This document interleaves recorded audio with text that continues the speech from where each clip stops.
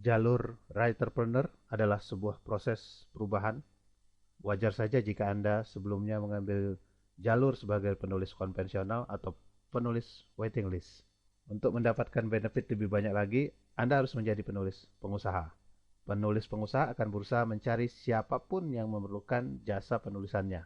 Banyak produk tulisan yang dapat ditawarkan, seperti menjadi penulis biografi, autobiografi, konten blog atau web, surat, menyurat, pidato, atau bahkan penulisan untuk bahan ajar.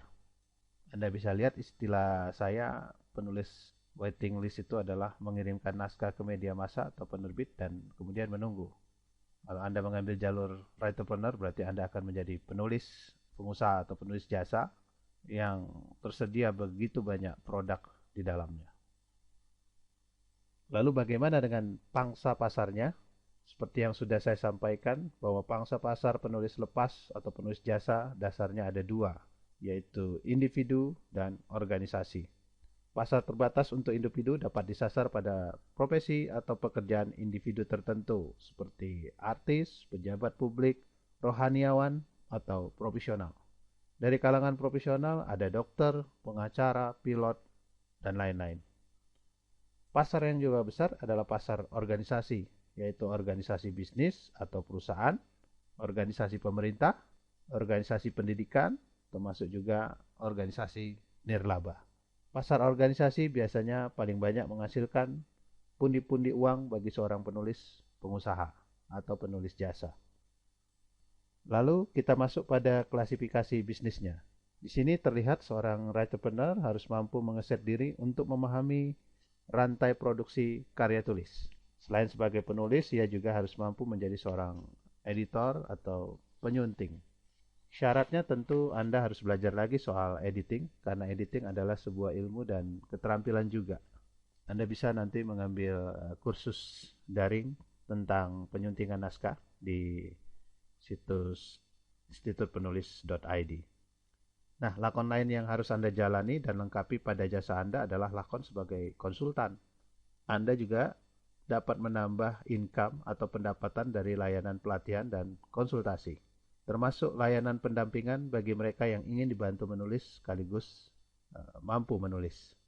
Terakhir, Anda juga dapat melengkapi jasa dengan menawarkan produk penerbitan sebagai book packager atau self-publisher atau publisher itu sendiri. Artinya di sini Anda pun harus paham seluk-beluk publikasi tulisan. Contohnya pertanyaan tentang apa itu International Standard Book Number atau ISBN atau International Standard Serial Number ISSN.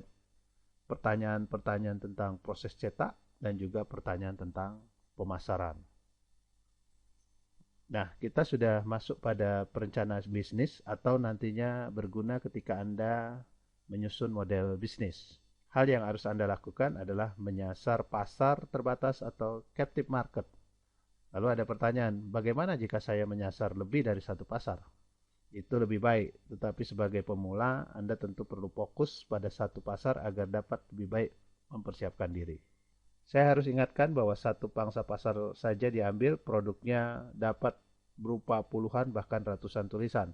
Contohnya, jika Anda memilih penulisan akademis, Anda akan berjumpa dengan permintaan penulisan bahan ajar seperti diktat, modul, handout, buku ajar, buku guru, atau buku kerja.